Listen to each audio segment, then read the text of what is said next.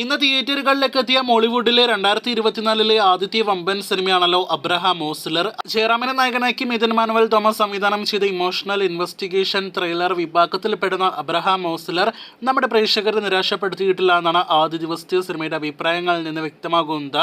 Decent positive അഭിപ്രായങ്ങളായിരുന്നു cinema നേടിയെടുത്തത്.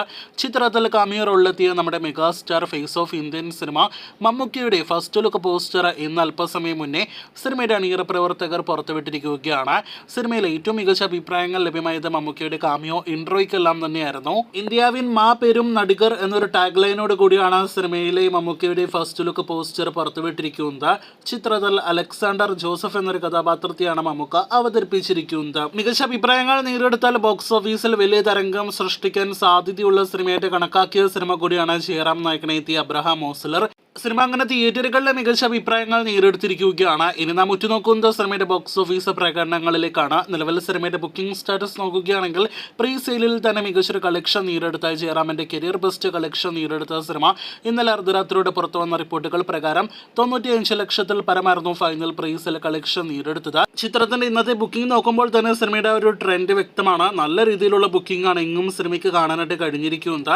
എന്തായാലും ഇതേ ട്രെൻഡ് അടുത്ത ദിവസങ്ങളിൽ നിലനിൽക്കുകയാണെങ്കിൽ വലിയ കളക്ഷനിലേക്ക് സിനിമ പോകുമെന്ന കാര്യത്തിൽ സംശയം വേണ്ട. അബ്രഹാം ഓസ്ലറിന്റെ ലക്ഷ്യങ്ങളിലേക്ക് വരികയാണെങ്കിൽ സിനിമയ്ക്ക് ജയറാമിന്റെ കരിയറിലെ ബെസ്റ്റ് കളക്ഷൻ നേടിയെടുക്കുക എന്നൊരു ലക്ഷ്യമാണ് ആദ്യത്തെ പ്രധാനപ്പെട്ട ലക്ഷ്യം.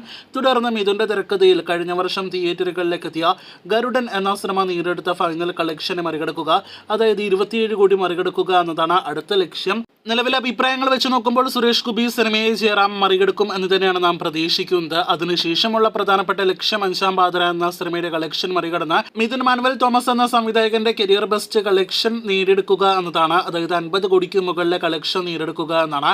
ഇതെല്ലാം തന്നെ അബ്രഹാം ഓസ്ലർ നേടിയെടുക്കട്ടെ എന്ന നിലവിൽ നമുക്ക് ആശംസിക്കാം. ഈ പറഞ്ഞ ഫിഗേഴ്സിനേക്കാളും അപ്പുറം ഏത് ലെവൽ റേഞ്ചിലേക്ക് സിനിമ പോകുമെന്ന് കൂടി നാം ഉറ്റുനോക്കുന്നുണ്ട്. പിന്നെ നിങ്ങൾ തന്നെ കഴിഞ്ഞ ഒരുപാട് മാസങ്ങളായിട്ട് കമന്റ് ബോക്സിൽ കണ്ടിരിക്കുമല്ലോ, നമ്മുടെ മമ്മൂക്ക കാമിയോ റോളിൽ എത്തിയിരുന്നെങ്കിൽ സിനിമ 50 കോടി നേടിയെടുത്തേനെ, 100 കോടി നേടിയെടുത്തേനെ എന്നൊരു കമന്റ്. എന്തായാലും ഇവിടെ മമ്മൂക്ക കാമിയോ റോളിൽ എത്തിയിട്ടുണ്ട്. മമ്മൂക്കയ്ക്ക് പോസിറ്റീവ് അഭിപ്രായങ്ങൾ ലഭ്യമായിട്ടുണ്ട്, സിനിമയ്ക്കും നല്ല അഭിപ്രായങ്ങൾ ലഭ്യമായിട്ടുണ്ട്. അപ്പോൾ അബ്രഹാം ഓസ്ലർ എന്ന സിനിമ ഏത് ലെവൽ പോകുമെന്നാണ് നാം ഉറ്റുനോക്കുന്നത്. ഇപ്പോഴത്തെ മെഗാസ്റ്റാർ മമ്മൂക്കയുടെ സ്റ്റാർഡം എല്ലാം തന്നെ വെച്ച് നോക്കുമ്പോൾ വേറെ ലെവൽ തന്നെയാണ് നാം പ്രതീക്ഷിക്കുന്നത്. ഈ അടുത്ത കാലത്ത് മറ്റൊരു സിനിമയുടെ കാര്യത്തിൽ കേട്ട അൺപ്രഡിക്റ്റബിൾ എന്നൊരു വാക്കെല്ലാം തന്നെ ഈ അബ്രഹാം ഓസ്ലറിന്റെ കളക്ഷന്റെ കാര്യത്തിൽ കേൾക്കാനായിട്ട് പ്രേക്ഷകർ കാത്തിരിക്കൂ. അങ്ങനെ സംഭവിക്കട്ടെ എന്ന് ആശംസിക്കാം.